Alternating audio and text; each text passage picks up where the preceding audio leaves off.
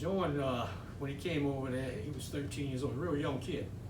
And he wound up starting for us his freshman year. And we didn't win a game, we were 0-10. But next 3 years, we won 28 games.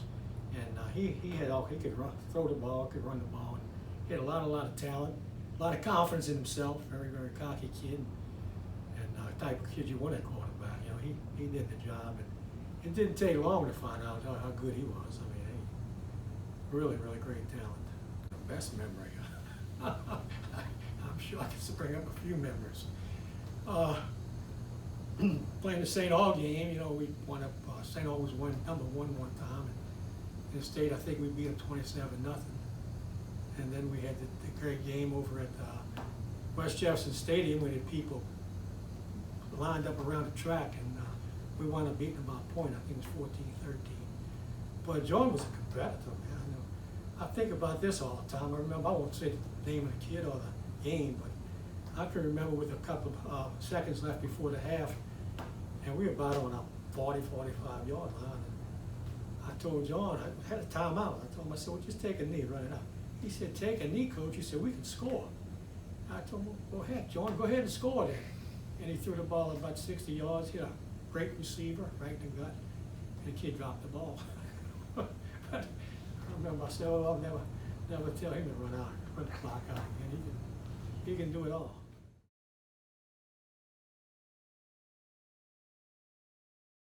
He had a lot to do with that. After his freshman year, we came on with some other pretty good players.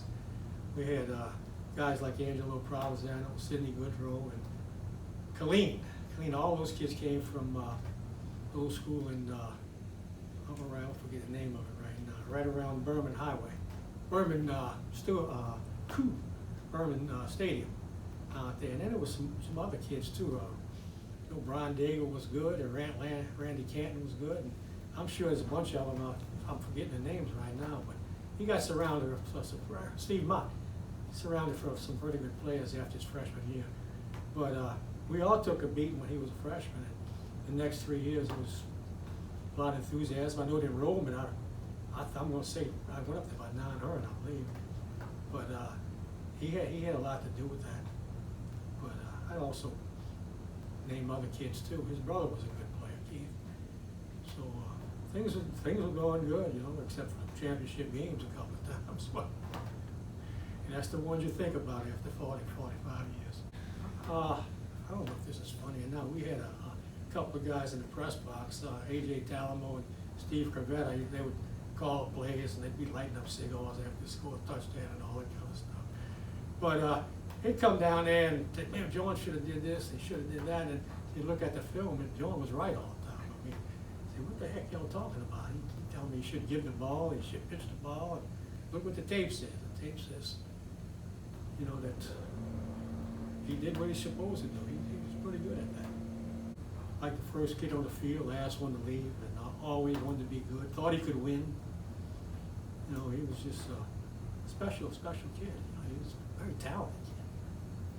You don't see anyone that's 13 years old starting in the Catholic League, and then you know, he played 4 years and then went to Ole Miss and started at Ole Miss as soon as he got there, about the second, third game. Ole Miss started, same thing we did. So he was you know, a mature kid. Physically, especially. You know, and you don't see too many kids at that age playing. You know, he was talented. I congratulate John, you know, for getting this honor, and you know, I'm sure he'll spread some of that glory out for other kids. I'm sure he realizes he had the Motts and the Fourcades, and Motts and the Goodrows and all around him. So I'm sure he'll bring that up. But he was a talent.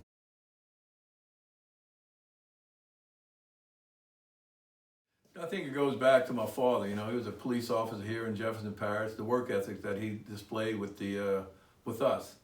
John got the competitive spirit. He got a drive. He's motivation. He's got determination. He's got the will to win and just doesn't want to quit. You know, but if I had to sum it up in one word, it was just he's a competitor. He likes to win, hates to lose, and it showed by his play in his whole career. I was playing Brother Martin game, and we lost the game 14-7. It was the senior year, and it was my junior year, and we're in the huddle, and he's telling me all this and all that. And I just, hey, man, you do your job, I do my job. And one particular play, he was scrambling around, and he was scrambling, and I did my job, and I came back and did a peel back block, and allowed him to get free and do his job, and we got in the huddle. I said, hey, man, little brother took care of big brother. Just letting you know that. Henry Rando summed it up perfectly on the Return to Glory Day that's on TV. Shaw became Shaw when John Fourcade came here. You know, John's freshman year was 0-10. You know, and then some great players come here. John had a very good supporting cast around him. But John was the key to start the engine. And with all his accolades, what he did at Shaw, put Shaw on the map. They had coaches come over here from big-time college schools, and which allowed other players that came after John to be recruited. So John was the foundation, and we all know you got to have a strong foundation to build a strong house. So John's deserved this. I think deserves the wrong word. John earned this, because you know he don't deserve anything. He earned what he got. Nobody gave him anything, and John led us to the first winning record at Shaw, the first bowl game at Shaw, first district championships at Shaw. And that allowed other ones to come through, the Mickey, Vance, the Josephs, the Nacho Abagambo, you know, I can go Pat Riley, Ryan Clark. John laid the foundation for those guys. But as I said, Shaw became Shaw when John Fourcade got here.